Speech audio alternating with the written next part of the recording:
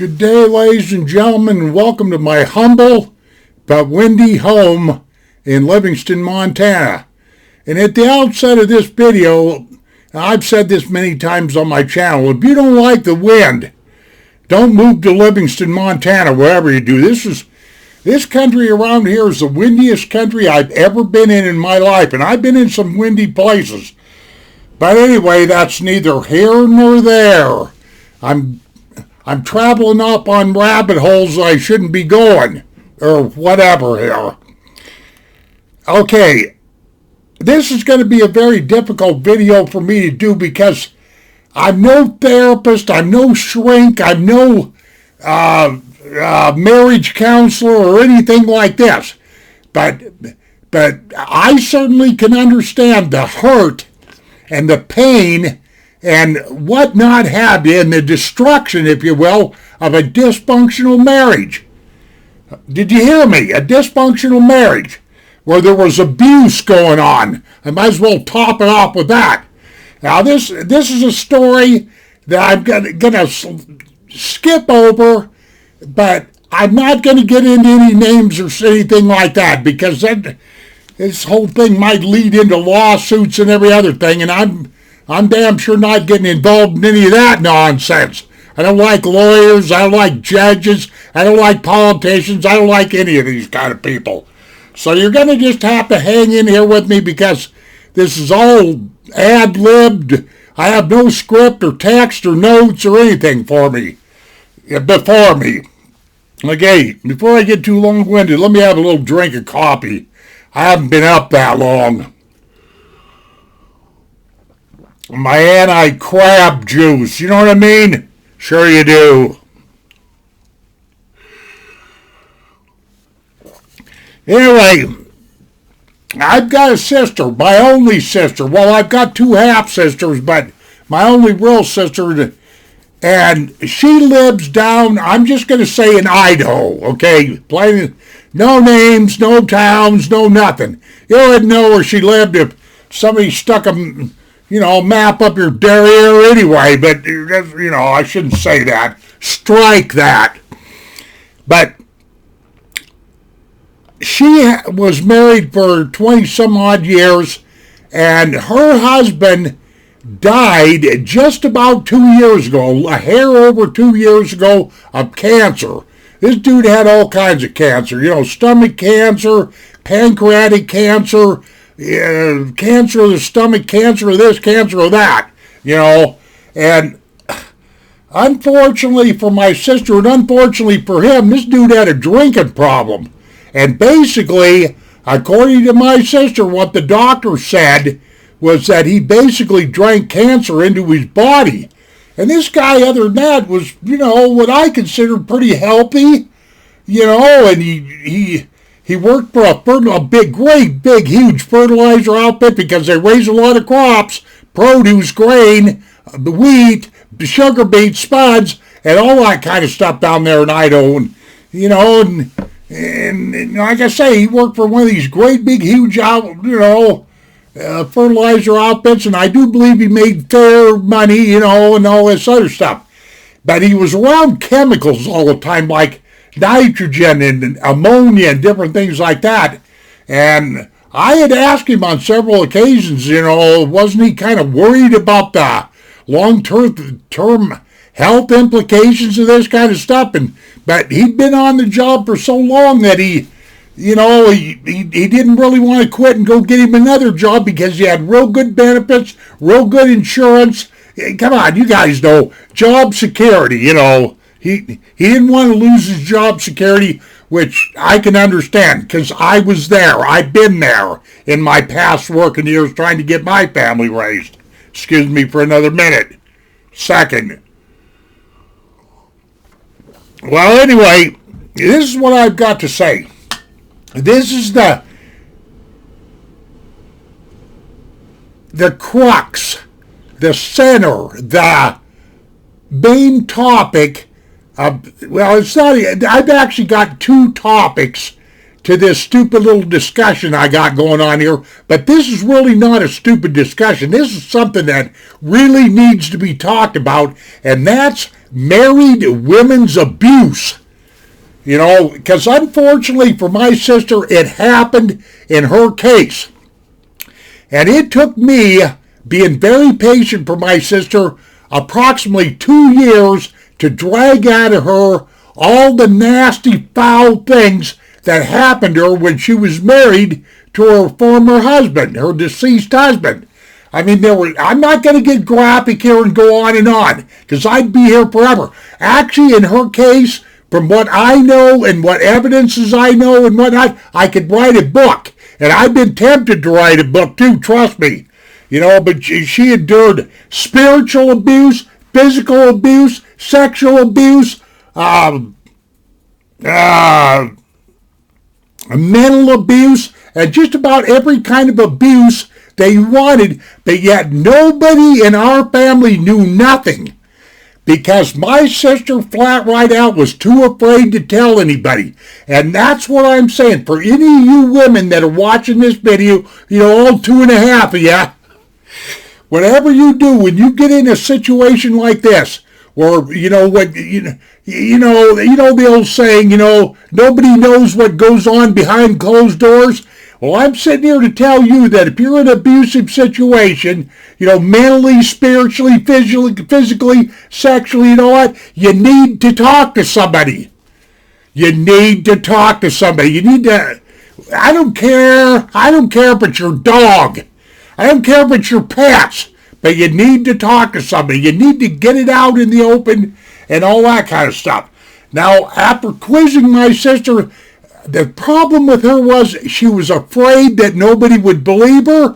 She was afraid that she would lose her home, and you know, fear stopped her, which is understandable. I'm not here to judge my sister for what she did, but there were some things in her case that I would have definitely done different. And I know I can tell you for all the assurity in the world that if my wife, her name's Penny, if my wife would have been in my sister's shoes, there is no way. She would have kicked my rear end right out the door, or either that or left, which is understandable, which is, you know, more than understandable. So you gals that are out there, you know, the simple fact of the matter is, if you're enduring this kind of stuff, you need to go get help.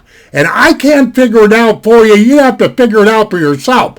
But bottling this stuff up is not healthy. It's not healthy because it's going to take quite a while for even though my sister's husband's been dead for 2 years, it's going to take her quite a while to heal.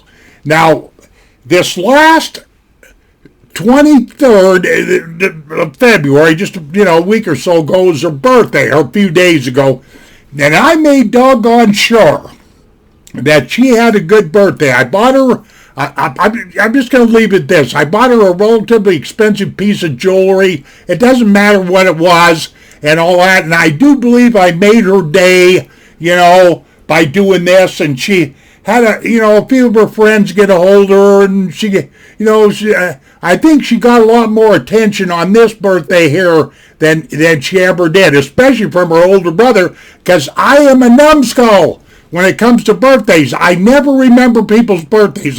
I'm a Christmas baby. You know, I got cheated at Christmas time.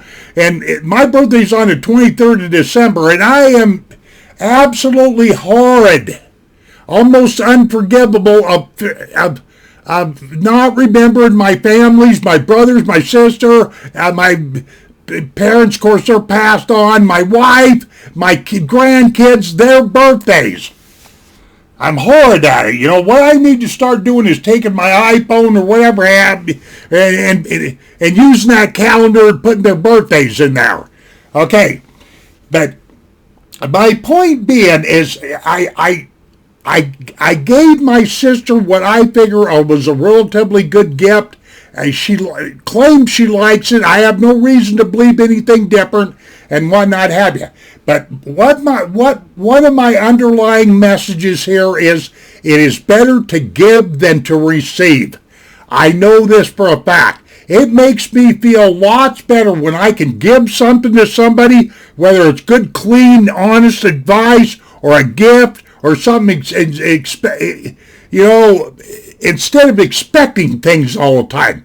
And there's been a few people on my channel that found out just exactly, what I'm meaning here. There's been a few people I've just up and gave things to and just surprised the crap right out of them. No money involved, no sign up for this, no clicking on buttons here and, going to my Patreon account. I don't have any of those accounts. I don't use social media, period.